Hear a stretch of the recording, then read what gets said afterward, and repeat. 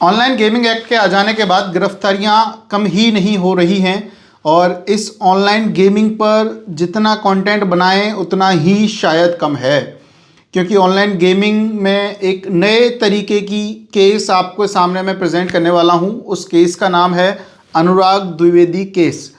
अब जितना ईडी ने कार्रवाइयां की, जितना अभी तक हुआ, हमें क्या समझने की आवश्यकता है, इस केस से हम क्या सीख सकते हैं और हमें आने वाले समय में फ़ायदा कैसे हो सकता है, और ईडी ने भी इतना बड़ा चढ़ाकर इस केस को क्यों प्रेजेंट किया।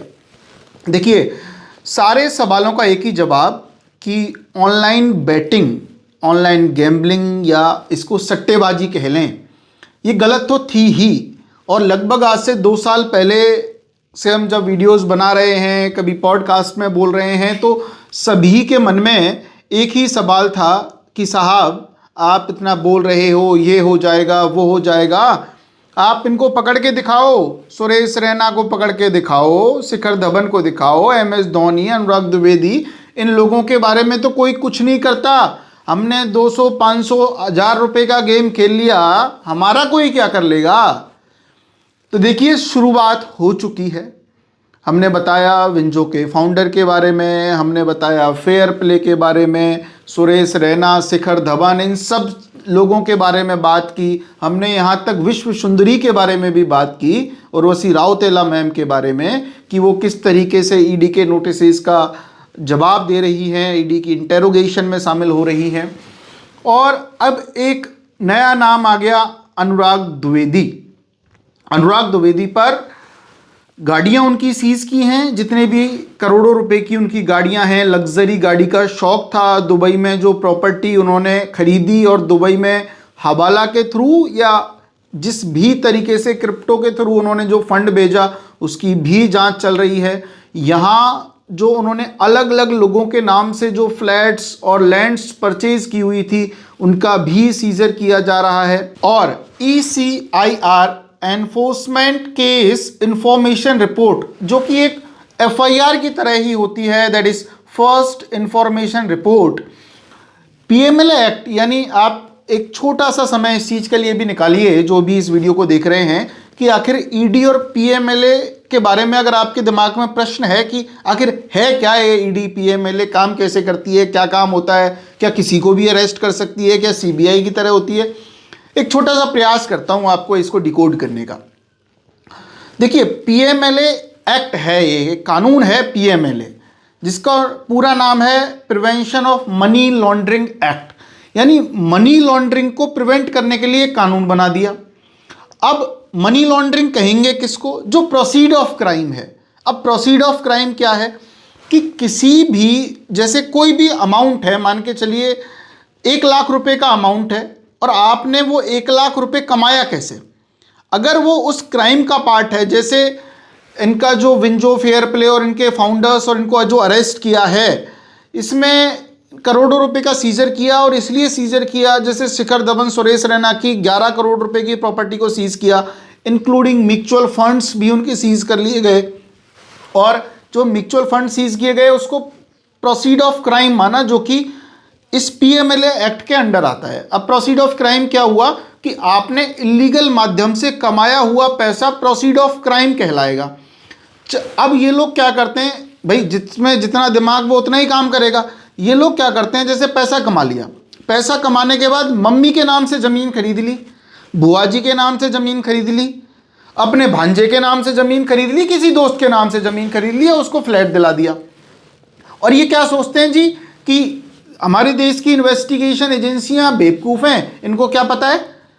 तो ये लोग क्या करते हैं, इनको भी पता है कि एक आदमी गलत तरीकों से पैसा कमाने के बाद खुद के नाम पे तो इन्वेस्ट करेगा नहीं, उसके पास कोई सोर्स ही नहीं है बताने के लिए कि मैंने पैसा कहाँ से कमाया। तो इसके लिए परिवार के सदस्यों के नाम पे वो इन्वेस्ट करते हैं, उनको भी इंटेरोगेशन का पार्ट बना देते हैं। वो एक गलती कर बैठते हैं। वो क्या करते हैं, अपनी मम्मी के नाम से कोई ज़मीन खरीद ली, अब मम्मी को भी उस इंटेरोगेशन का पार्ट बना दिया।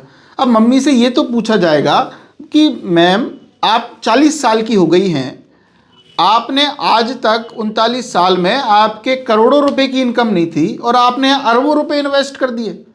एक क्वेश्चन नहीं जनरेट होगा माइंड में। तो इसलिए उनको इन्वेस्टिगेट भी किया जाता है। अब आपके दिमाग में ये साहब आपने पीएमएलए बता दिया, प्रोसीड ऑफ क्राइम बता दिया, लेकिन ये ईडी क्या चीज़ है? तो एनफोर्समेंट डायरेक्टरेट इसके लिए एक अलग से इन्वेस्टिगेशन एजेंसी बनाई कि सब मनी का फ्लो कैसे होता है, इसको इन्वेस्टिगेट करेगी ईडी, और ईडी ईसीआईआर रजिस्टर्ड करेगी, enforcement case information report. Police करती है एफआईआर रजिस्टर्ड, एसओजी करती है एफआईआर रजिस्टर्ड, सीबीआई एफआईआर, लेकिन ये ईसीआईआर रजिस्टर्ड करते हैं। यहां तक होता है ईडी के केस में, पीएमएलए के केस में, कि इनको जो स्टेटमेंट दिए जाते हैं वो भी मान्य होते हैं। मतलब ये कि जैसे अपन सुनते हैं कि पुलिस स्टेशन में दिए गए गवाहों के बयानों या बयानों को, स्टेटमेंट्स को, अगर अक्यूज के स्टेटमेंट हैं, 161 के स्टेटमेंट हैं, तो उनकी वैल्यू उतनी नहीं होती है जितनी कोर्ट में दिए गए स्टेटमेंट्स की होती है। लेकिन पीएमएलए एक्ट में ईडी के सामने दिए गए स्टेटमेंट की वैल्यू भी 161 के स्टेटमेंट से बहुत ज़्यादा होती है। अब अपने काम की बात क्या है, ये पीएमएलए देख लिया, ईडी देख लिया। अब देखिए इस वीडियो में आपको ये तो देखने को मिलेगा नहीं कि उसकी लग्जरी कार कितने रुपए की थी, कौन सी मर्सिडीज़ में जाता था। इसके लिए तो न्यूज़ चैनल ही बहुत हैं। आपको न्यूज़ चैनलों पे आप देखो कितनी की गाड़ियाँ चलाता था, क्या काम की बात समझते हैं। ईडी अब इन लोगों के उस पूरे पैसे को इन्वेस्टिगेट कर रही है, कहाँ से आता था, क्या करते थे, भेजते कहाँ थे, क्या नहीं करते थे। सारे अकाउंटों का सीजर होगा इस केस में। जिस भी गेमिंग एप्लीकेशन, और मैं नाम भी लेना चाहूँ, स्काई एक्सचेंज करके गेमिंग एप्लीकेशन आता था, उसके लिए काम किया करते थे। उसका प्रमोशन हो गया और भी चीज़ें, मनी ट्रांजेक्शन्स को रोटेट करना, इस तरीके के। अब जो भी इस एप्लीकेशन पर बैटिंग करते थे, अब हर व्यक्ति के घर तो ईडी आएगी नहीं कि भाई इस तरीके से अनुराग द्विवेदी का केस बना दिया। ये सब आपको सिर्फ नोटिसेस आएंगे जो भी इस गेमिंग प्लेटफॉर्म पे काम कर रहा था, क्योंकि ये गवर्नमेंट ने बैन किया हुआ है, सरकार की तरफ से इलीगल है। और ऐसे गेमिंग एप्लीकेशंस को जो प्रमोट कर रहा है, जो उसको सर्कुलेट कर रहा है, जो पेमेंट गेटवेज इसको सर्विस दे रहे हैं, और साथ ही साथ वो लोग जो इससे अर्न कर रहे हैं। अब अगर आपके दिमाग में ये है कि जी हमने 1 लाख रुपए लगाया और 5 लाख रुपए हमें जीत गए, हमारा कोई क्या कर लेगा, हमने तो जीता है पैसा, that will be A proceed of crime. ये जो पैसा, क्योंकि अगर आप नहीं बता पा रहे हो कि हमारे पास, क्योंकि पैसा कहाँ से आया, आप सोचिए कि ऑनलाइन मनी गेमिंग एक्ट तो चलो एनफोर्सिव जिस तरीके से होगा, जो भी इसके रूल्स बने हैं, सारी चीज़ें, लेकिन आपसे अगर कोई ये पूछेगा जी आपके पास 20 लाख रुपए कहाँ से आए, 5 लाख रुपए कहाँ से आए, आप ये थोड़ी कहोगे सट्टेबाजी करके जीते हैं मैंने। कोई वैलिड जवाब ही नहीं हुआ।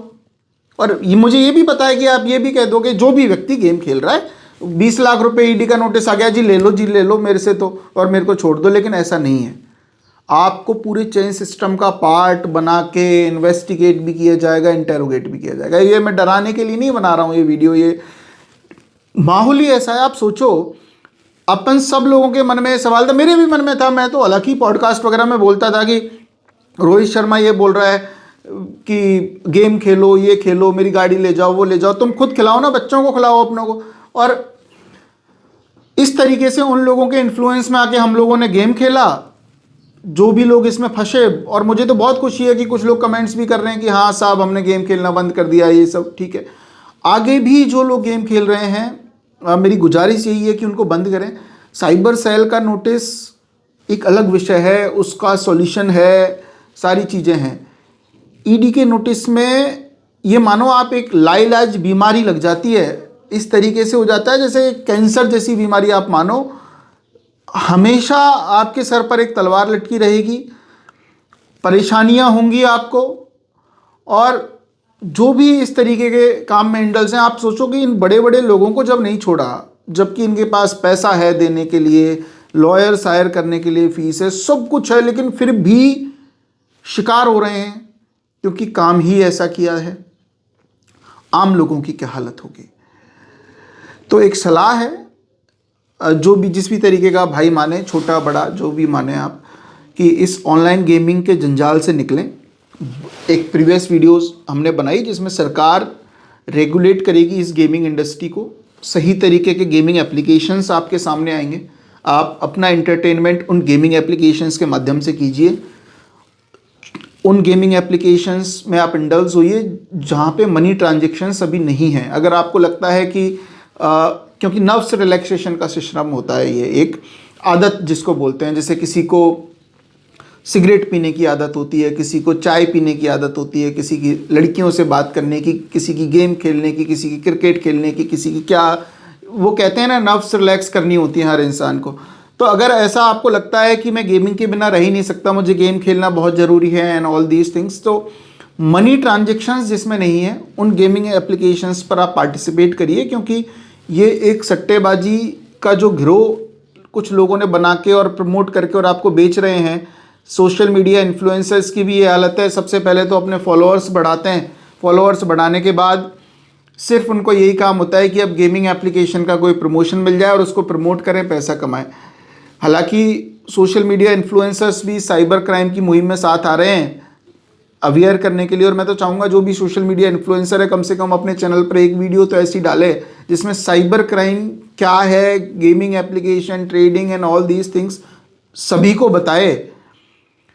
और जो ये केस है अनुराग द्विवेदी का केस, ये इसी अभी तक की जो इन्फॉर्मेशन थी ये थी, कुछ सीजर हुए, इसको इन्वेस्टिगेशन का पार्ट बनाया गया, जितने भी हवाला ट्रांजैक्शंस हैं उन पे इन्वेस्टिगेशन चल रही है। जो भी इस केस में होता है मैं कोशिश करूँगा ईडी की ऑफिशियल जो लेटर है उसको आपके सामने लेके आऊँ और किस तरीके से इस केस को प्रोसीड किया गया। और भी आपके मन में क्वेरीज़ हैं किसी भी तरीके की इस गेमिंग, ट्रेडिंग, साइबर क्राइम और इस तरीके की चीज़ों को लेके, तो आप कमेंट सेक्शन में हमें बताएं। Thank you so much. Like, share, subscribe इसलिए कर दें क्योंकि इस इंडस्ट्री से रिलेटेड जो भी अपडेट होगी मैं 100% कोशिश करूंगा कि आपके सामने मेरे विचार प्रस्तुत करूं, मैं क्या सोचता हूं इस चीज़ के रिगार्डिंग, बाय रिसर्च और by our analysis. Thank you so much. जय हिंद, जय भारत।